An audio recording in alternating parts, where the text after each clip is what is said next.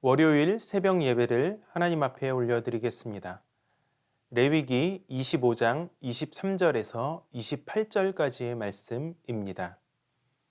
토지를 영구히 팔지 말 것은 토지는 다 내 것임이니라. 너희는 거류민이요 동거하는 자로서 나와 함께 있느니라.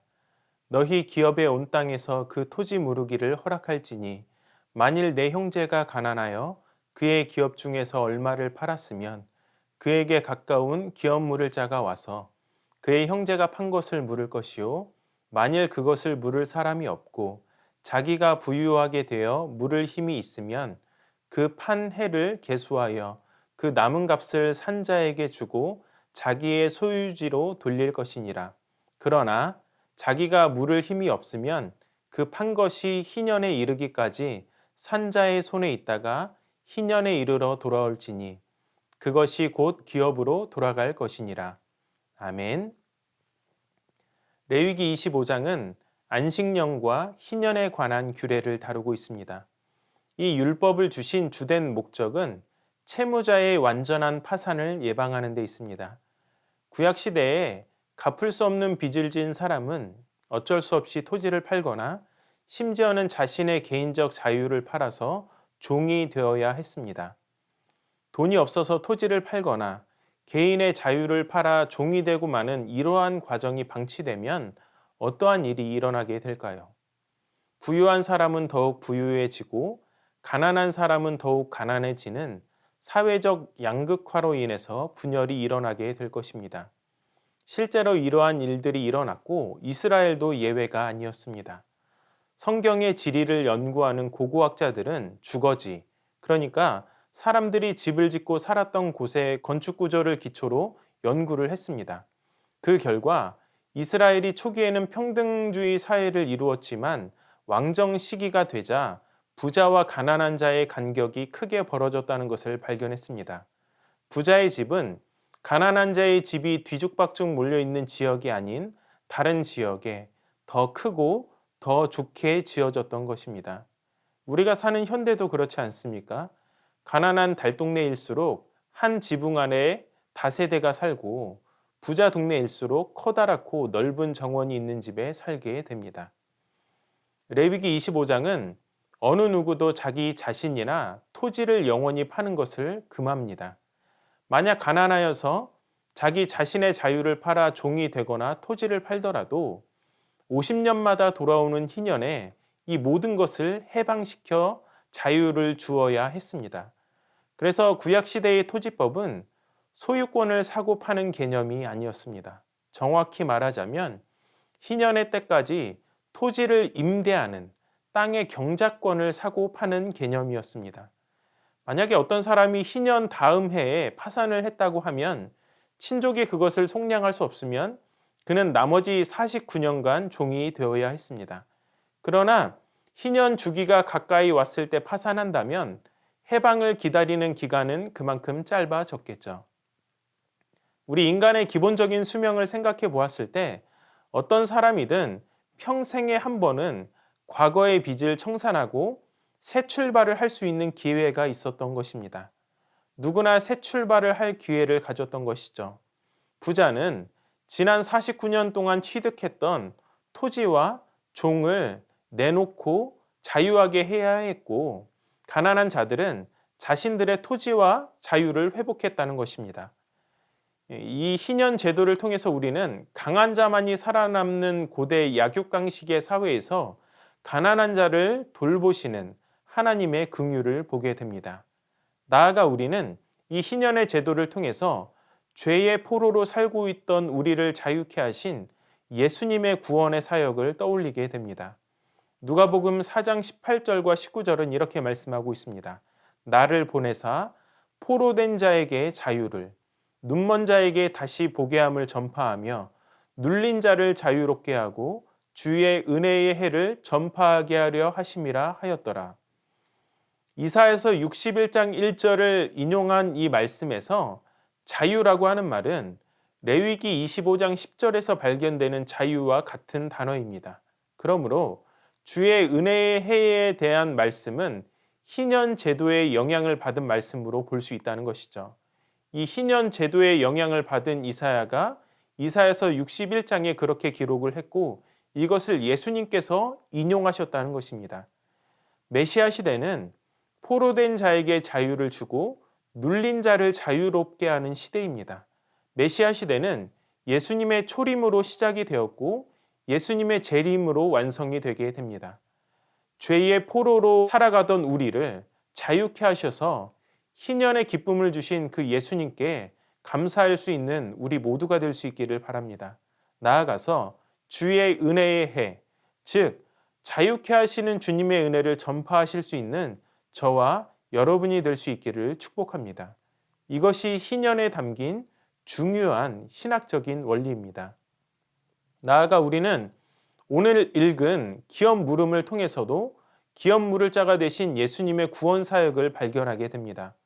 레위기 25장 23절은 희년을 밑받침하는 핵심적인 원리가 나타나 있습니다. 토지를 영구히 팔지 말 것은 토지는 다 내 것임이니라. 아멘. 모든 토지는 하나님의 것이고 우리는 거류민이요 동거하는 자에 불과하다는 것입니다. 만물을 지으신 하나님이 땅의 주인이 되시고 우리는 오직 그분의 자비와 호의 덕분에 그 땅에 살고 있을 뿐인 것이죠. 나그네 같다는 것입니다. 따라서 그 누구도 땅에 대한 소유권과 권리를 함부로 주장할 수 없는 것입니다. 이어지는 24절부터의 말씀은 어쩔 수 없이 토지를 팔게 되었을 때 이것을 회복할 수 있는 몇 가지 방법을 알려주고 있습니다. 첫 번째는 가까운 친족이 기업 물음을 통해 토지를 다시 사오는 것입니다. 두 번째는 형편이 나아지면 자기 자신이 직접 물을 수 있다는 것입니다. 다만 가격은 토지를 팔았던 해를 세어서 희년의 때까지 따져보고 그 남은 값을 주어야 했습니다. 세 번째는 물을 만한 여력이 도저히 되지 않으면 희년의 때까지 기다렸다가 다시 받는 것입니다. 이렇게 기업을 회복하는 방법들을 통해서 이스라엘은 경제적으로 한쪽으로 치우치지 않고 균형을 잘 유지할 수 있었습니다. 나아가 우리는 잃어버린 땅을 기업 물음으로 회복하는 행위를 통하여서 예수님의 십자가 사역을 바라보게 됩니다. 기업 물을 자를 히브리어로 고엘이라고 하는데 우리 예수님께서는 십자가 사역을 통하여서 잃었던 하나님 자녀로서의 지위를 회복하는 고엘의 모습을 보여주십니다. 기업 물을 자가 되기 위해서는 반드시 선행되어야 하는 조건들이 있습니다. 실제로 잃어버린 땅을 되찾을 만한 경제적인 여유가 있어야 한다는 것입니다. 우리 예수님께서는 죄인들의 죄값을 그 몸의 희생을 통해서 기꺼이 지불하셨습니다. 이는 잃어버린 기업을 거래할 수 있어야 한다는 이 기업 물음의 조건을 만족시킵니다. 두 번째 또 다른 조건은 기업을 물을 자가 기업을 되물을 만한 의지를 가지고 있는가입니다. 아무리 기업 물음을 원해도 가까운 친족이 그것을 원하지 않으면 그 다음 순위에 있는 친족을 계속해서 찾아서 기업 물을 자를 찾아야 했습니다. 그러므로 기업을 물을 만한 의지를 가지고 있는 것이 중요했습니다. 그런데 예수님께서는 그 생명을 기꺼이 희생하심으로 우리를 구원하시고자 하는 의지를 완전한 사랑으로 나타내 주셨습니다. 이처럼 기업 물음은 그리스도의 구원 사역과 많은 점에서 닮아 있습니다. 그리스도의 기업 물음은 아버지의 품을 떠나 방황하던 우리를 다시 그 품에 돌려드리는 되물음이라고 할 수 있습니다. 그 십자가를 통해서 우리는 천국의 기업을 회복하게 되었습니다. 그리고 이 땅에서 영원한 천국을 소망하며 살아가게 되었습니다. 예수님께서는 희년을 통해 죄사함을 선포하고 자유함을 주셨습니다. 또한 직접 기업 물을 자가 되어서 죄에 대한 대가를 기꺼이 지불하시고 하나님 자녀로서의 지위를 회복시켜 주셨습니다. 억눌리고 갇히고 포로된 우리를 자녀 삼아 주신 주님의 은혜에 늘 감사하며 또한 감격하며 살아갈 수 있는 우리 모두가 될 수 있기를 주님의 이름으로 축원합니다. 말씀을 기억하며 기도하도록 하겠습니다. 죄에 포로되었던 우리에게 희년의 자유를 주신 주님의 은혜에 늘 감사하며 살아가게 하여 주시옵소서. 십자가 희생의 기업 물음을 통하여 하나님 자녀로서의 자격을 회복시키신 예수님의 그 사랑을 기억하며 살아가게 하여 주시옵소서.